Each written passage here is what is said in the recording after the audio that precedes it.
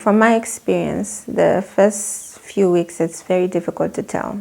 Baby blues are normal.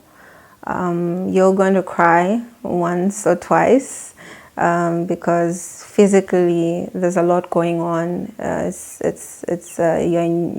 a mother. There's a fussy baby that you have to take care of. So it's difficult the first few weeks, but then if you notice that you don't want to hold your baby, you don't feel that joy, because it's very possible to be in pain and still experience the joy of motherhood. But if you notice that that is not there, then something is definitely wrong. Of course, you'll be fatigued, and every chance you get, you want to take a nap, or if you're restless, that's also a sign of postpartum depression.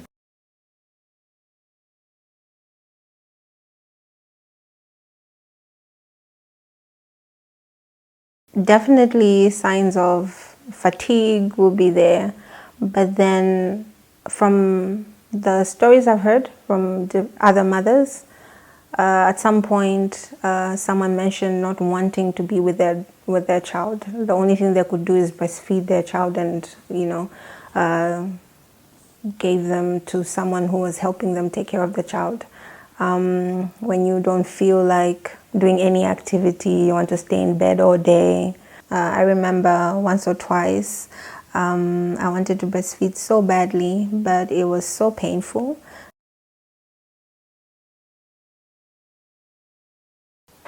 Before I went through the process of pregnancy and giving birth, I thought postpartum depression came about as a result of not having a support system.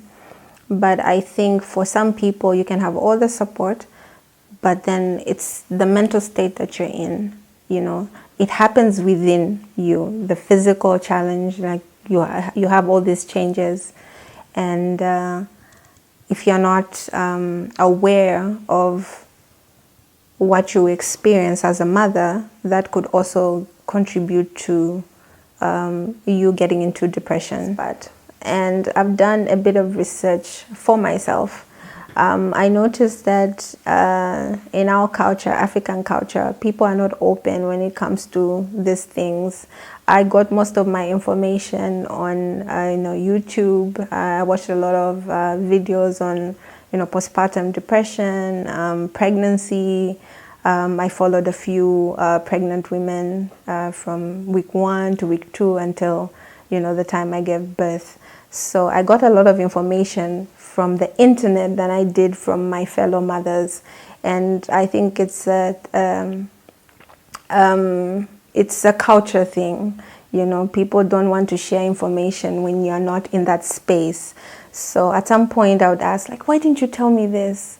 And I would get answers like, we didn't want to scare you, But then I needed that information. I needed to be informed for me to go through the process smoothly. So that was quite interesting. And then I discovered a lot of mothers go through a lot. And the fact that people don't talk about it, it makes it even more challenging. But if I'm aware of what I will experience as a mother, I think it makes it less likely for me to go into depression, because I'm aware that this is normal. This is what you go through. And I think women need to be kinder to themselves. A lot of women want to be super women. And I feel during that period, that's the time that you need to love yourself a little more. We always have a tendency of waiting for others to take care of us, but I feel like it's in that space that you should think about you first.